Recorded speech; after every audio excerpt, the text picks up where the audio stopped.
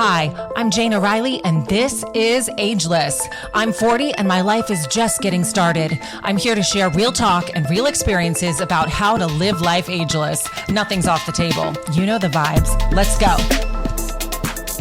Hello, and welcome back to Ageless. I'm Jayna Riley, and today you just have me. I just wanted to hop on here and do a solo. And, I started my day at a meeting this morning, a 12-step group, and the topic was all about habits and what habits we use to live our life at our highest level was the Cliff Note version of that. And I just thought, you know what? I have so much to say about that. So I'm just going to go home and hop on the podcast and share my morning with you. So the first thing that I did before I left and went to the meeting was, my morning ritual. And so I just wanted to share my morning ritual with you. And I pulled a card from my money and law of attraction deck, and I loved it. So I'm just going to kick off this podcast with my card. And it's this beautiful photo of this woman looking down towards her belly. And there's this beautiful yellow spiral that is right in her gut. And I just feel like that's supposed to symbolize intuition and just to be reminded of our gut level thinking. And it says, my every story is attracting its vibrational match. Every thought that you think is vibrating at a very personal frequency, and by the powerful law of attraction, the essence of which is like unto itself is drawn, that thought is now attracting another thought that is its vibrational match. And now those combined thoughts are vibrating at a frequency that is higher than the thought that came before.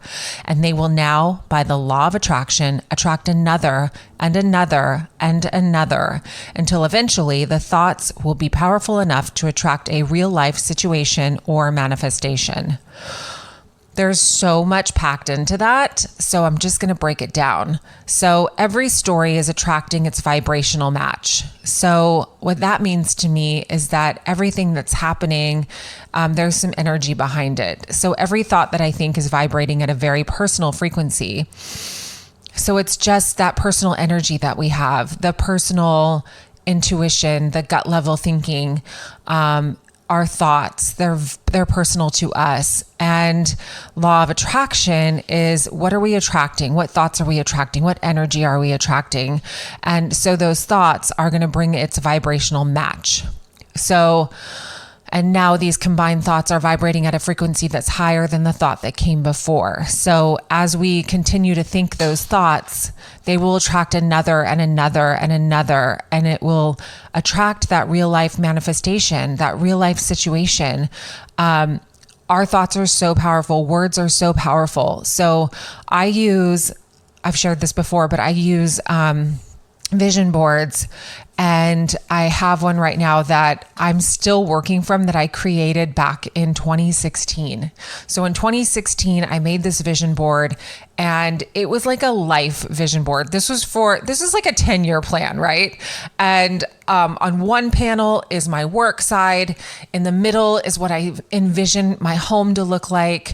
And on my right side of the panel, it looked like a science fair project. I bought one of those huge tri-fold poster board sized boards. And that's where I created this vision board for myself for my 10-year plan. And on the right-hand side were my dreams. And, there's 2 Dalmatian puppies on there. There's a Maserati. There's a woman in toe shoes, ballet toe shoes, dancing in the rain. There's a woman on top of this huge, lifeguard tower, and she's sitting there in a dress. So it's just, it's freedom for me. It's freedom to just do and be whoever I want to be. And so that's what I mean by manifestation and to attract these things. I did everything except one thing on my work panel in the time, I would say probably 3 years since creating the work side. And I add to it, like I added the podcast to it. I started that, just creating visualization is so powerful. Words are so powerful. If you tell yourself every day that you are something, you're going to be that something. You're going to do that something. And so that's why I love pulling these cards as a reminder that, I'm already in this. I'm already doing. If there's something I want, I can attract it. I know I shared in a podcast recently that I'm going through something really powerful and very serious, and like decisions have to be made, and I have to show up for my life in a very honest and truthful and serious way. And I'm standing in it with grace and dignity.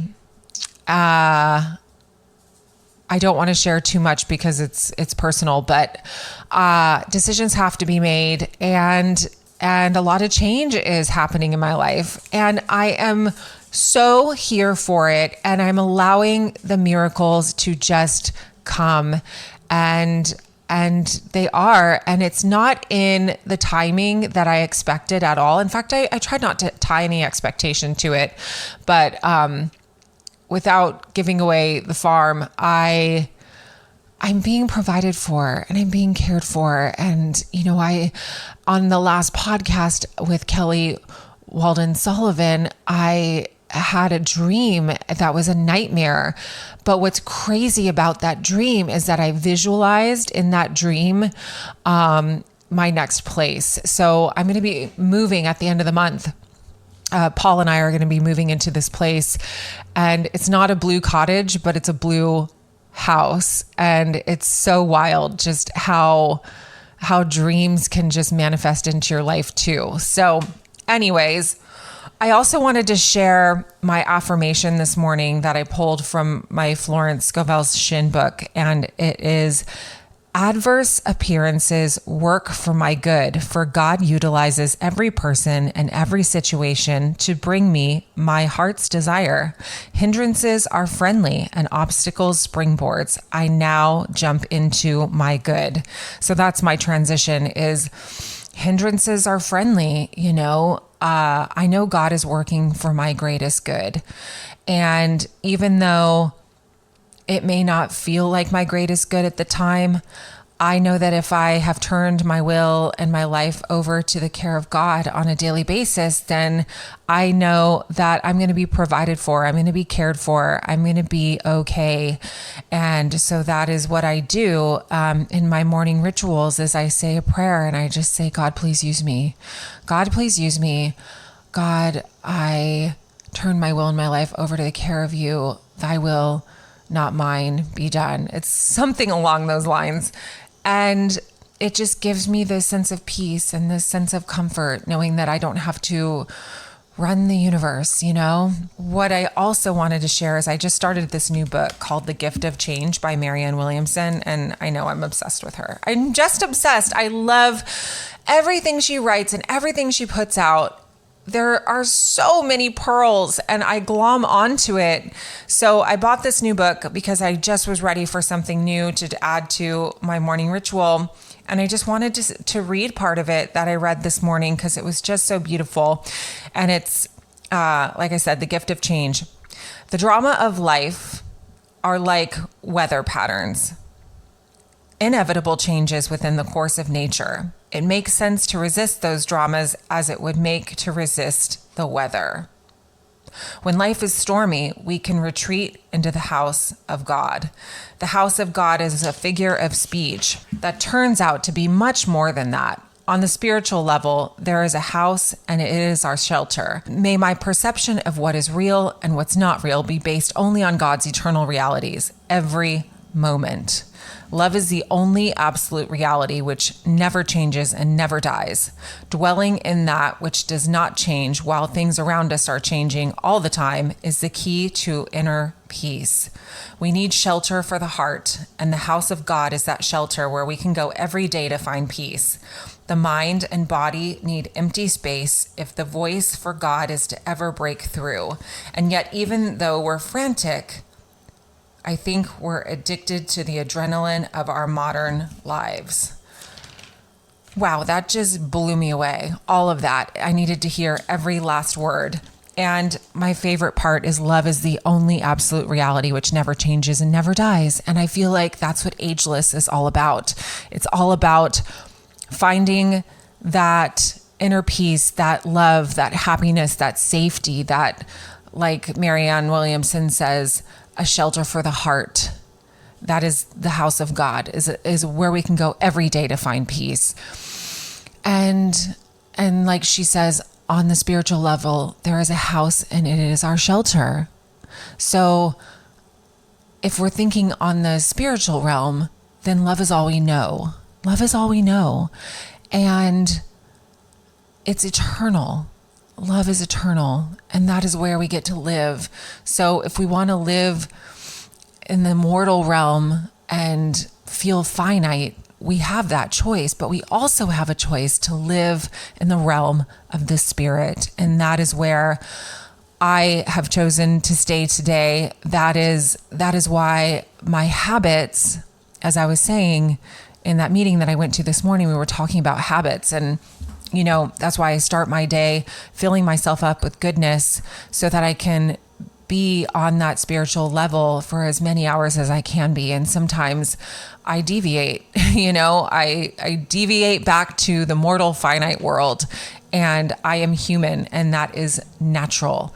But I can always stop, reset, take a breath, and take myself back to that spiritual self, that spiritual place, that house, that shelter for the heart, to say a quick prayer and say, God, please use me. Please give me that inner peace. Please give me the strength to start over. And I can snap out of it. We can restart our day at any moment. And I love that. So I don't want to feel addicted to the adrenaline of my modern life. I don't. I used to be that girl. I used to be stuck in that hamster wheel of having to hustle for my worthiness. I'm not that person today, and I'm grateful for that. And if there's anything that I can leave you with, it's take a deep breath. Think about, maybe make a list of all the things that make you feel like you're vibrating at your highest level. For me, that's working out. So my habits are, training my brain to start my day with first a cup of coffee. Secondly, I go to my books. Actually, I go to God, and then I go to my books, and then I go to God again, and then I go to the gym.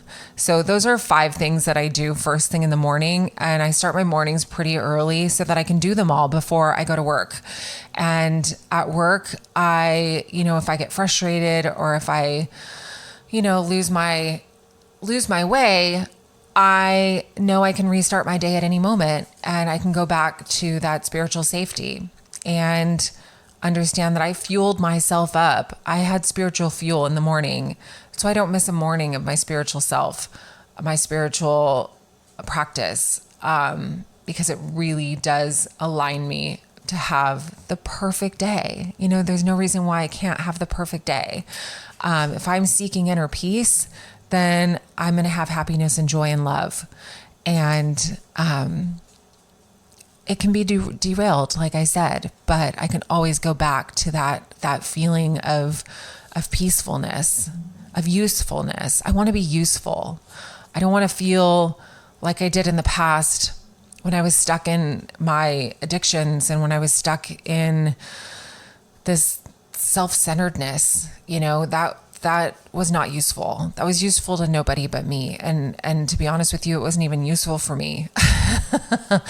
So the goal is seeking that spiritual shelter. That's the goal for me today. So I just really wanted to hop on the mic and share that. And I'm wishing you the most beautiful rest of your week. I have a special guest on next week, so I can't wait to invite him on the show and go through a beautiful interview with him. So stay tuned for that. Have a beautiful week, and I will talk to you soon. Ciao. Thank you for joining me for another episode of Ageless. Don't forget to rate and subscribe. Tune in next week for a new episode.